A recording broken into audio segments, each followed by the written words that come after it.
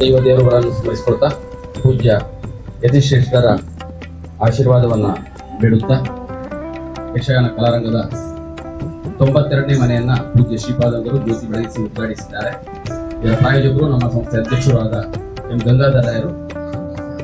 ಕಳೆದ 32 ವರ್ಷಗಳಿಂದ ಹೆಲ್ಪರ್ ಆಗಿ ದುಡಿತಿದ್ದವರು ನಮ್ಮ ಕೃಷ್ಣಣ್ಣ. ತುಂಬಾ ನಾಚಿಕೆಯ ವ್ಯಕ್ತಿತ್ವ ಅವನದು. ಹೆಚ್ಚು ಮಾತಾಡುವುದಿಲ್ಲ, ಆದ್ರೆ ಕೆಲಸದಲ್ಲಿ ಅಷ್ಟು ನಿಷ್ಠೆ ಅವನದು. ದಾಕ್ಷಿಣ್ಯದ ಮನೋಭಾವ, ಕಷ್ಟವನ್ನ ಯಾರ ಹತ್ರ ಹೇಳಿಕೊಳ್ಳುವ ಅಭ್ಯಾಸ ಇಲ್ಲ ಅವನಿಗೆ.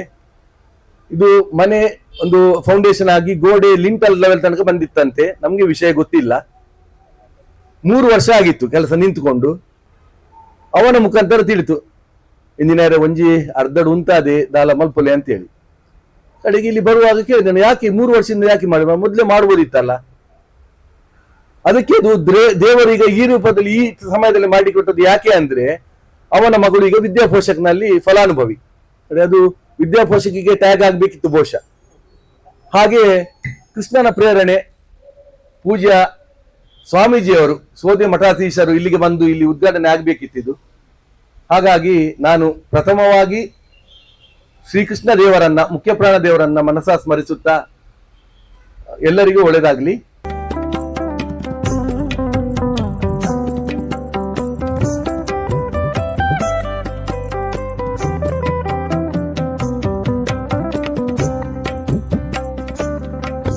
ಹೆಸರು ಯಜ್ಞ. ನಾನು ಜ್ಞಾನಗಂಗಾ ಪದವಿ ಪೂರ್ವ ಕಾಲೇಜಿನಲ್ಲಿ ಪ್ರಥಮ PUCಯಲ್ಲಿ ವಿಜ್ಞಾನ ವಿಭಾಗದಲ್ಲಿ ವಿದ್ಯಾಭ್ಯಾಸ ಮಾಡ್ತಿದ್ದೇನೆ.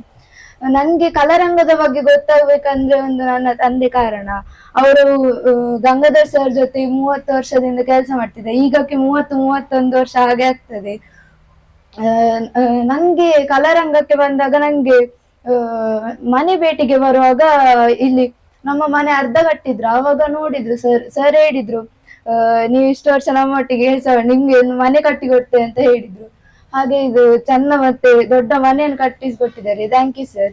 ರಂಗದ ಬಗ್ಗೆ ಹೇಳ್ಬೇಕಂದ್ರೆ 5 ದಿನದ ಶಿಬಿರದ ಕ್ಯಾಂಪ್ ಕೂಡ ತುಂಬಾ ಚೆನ್ನಾಗಿತ್ತು. ಮತ್ತೆ ಕ್ಯಾಂಪ್ ಅಲ್ಲಿ ಸಹ ನಂಗೆ ನಾನು ಒಂದೆಂತ ಕಂಡೆ ಅಂದ್ರೆ, ನಾನು ಯಾವಾಗ್ಲೂ ಸಹ ಅನ್ಕೊಳ್ಳುದು ನಂಗೆ ಎಷ್ಟು ಕಷ್ಟ ಅಲ್ಲ, ನಂಗೆ ಯಾವಾಗ್ಲೂ ಕಷ್ಟ ಅಂತ. ಅಲ್ಲಿ ಹೋಗಿ ನೋಡುವಾಗ ನನ್ನಕ್ಕಿಂತ ತುಂಬಾ ಕಷ್ಟದಲ್ಲಿದ್ದ ವಿದ್ಯಾರ್ಥಿಗಳನ್ಸ ನೋಡಿದೆ.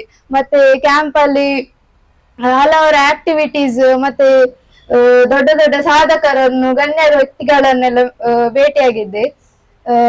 ಹೀಗೆ ಹೇಳ್ತಾ ನಾನು 1-2 ಮಾತನ್ನು ಮುಗಿಸ್ತೇನೆ.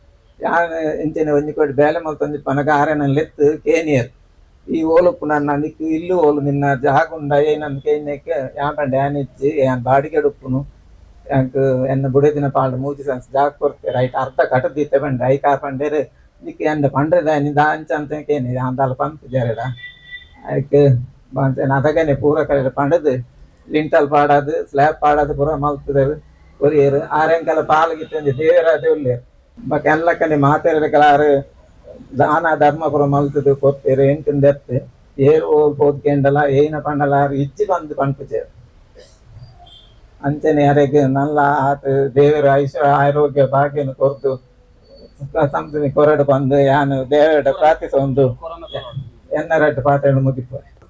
ದುರ್ಜನರ ಸಂಘವನ್ನು ಕೊಡಬೇಡ ಹರಿಯೇ, ಸಜ್ಜನರ ಸಂಘದೊಳಿ ಇರಿಸನ್ನ ಹರಿಯೇ, ಸಂಭ್ರಮದಿ ಜಗಳ ಮಾಡುವಾತನ ಸಂಘ, ಸಭೆಯೊಳಗೆ ಕೂತು ಕುಹಗ ಮಾಡುವಾತನ ಸಂಘ, ಹರಿನಿಂದೆ ಪರನಿಂದೆ ಮಾಡುವಾತನ ಸಂಘ ಕೊಡಬೇಡ ಹರಿ ಅಂತ ಹೇಳ್ತಾರೆ.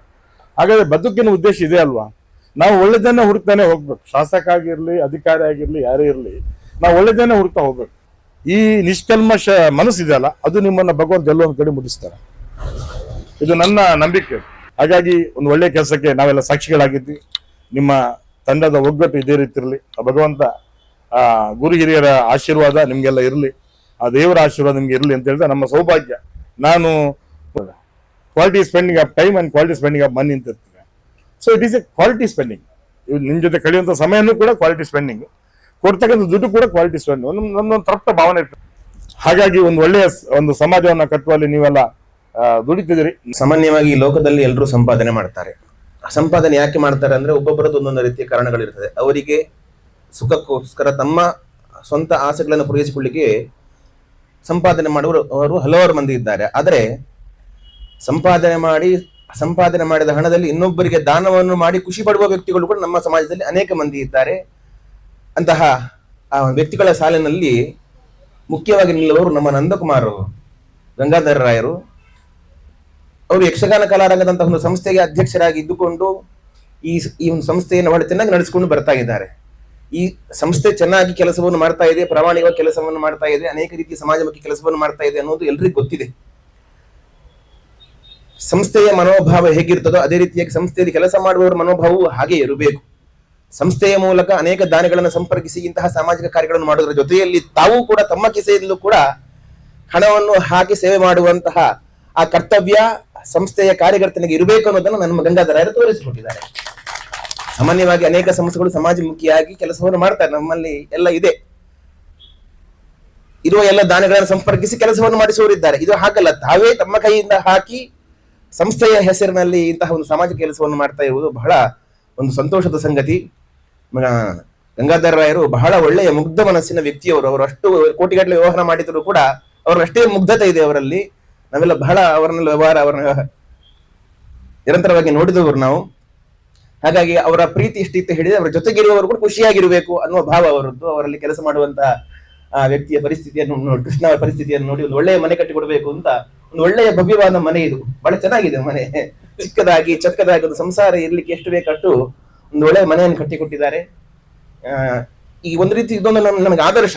ಒಬ್ಬ ವ್ಯಕ್ತಿ, ಒಬ್ಬ ಅನೇಕ ಜನರನ್ನು ನಡೆಸಿಕೊಂಡು ಹೋಗುವವನು, ಬೆಳೆಸಿಕೊಂಡು ಹೋಗುವವನು ಹೇಗಿರಬೇಕು ಸಮಾಜಕ್ಕೆ, ಅವನು ತಾನು ಮಾತ್ರ ಸುಖವಾಗಿರುವುದಲ್ಲ, ತಮ್ಮೊಟ್ಟಿಗೆ ಇರುವವರನ್ನು ಕೂಡ ಸುಖವಾಗಿ ಇರಿಸಿಕೊಳ್ಳುವ ಜವಾಬ್ದಾರಿ ಒಬ್ಬ ಯಜಮಾನನಿಗಿದೆ ಅನ್ನುವುದನ್ನ ನಮ್ಮ ಗಂಗಾಧರ ರಾಯರು ತೋರಿಸಿಕೊಟ್ಟಿದ್ದಾರೆ ಇವತ್ತು ನಮಗೆ ಸಮಾಜಕ್ಕೆ.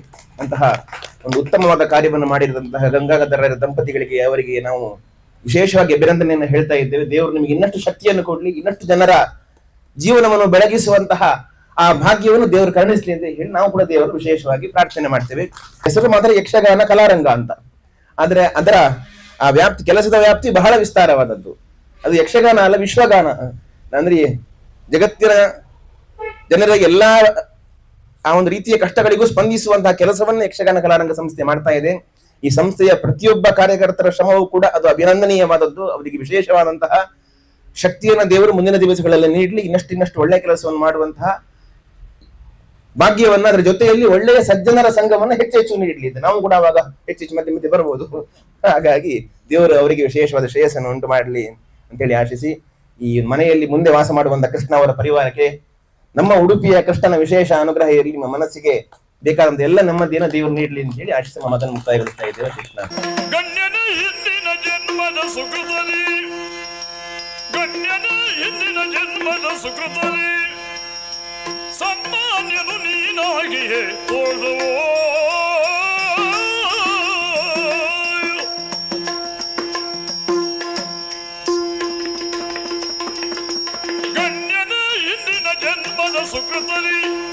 ಹಿಂದಿನ ಜನ್ಮದ ಸುಕೃತಲಿ ಸನ್ಮಾನ್ಯನು ನೀನಾಗಿಯೇ ತೋರಿಸುವೋ.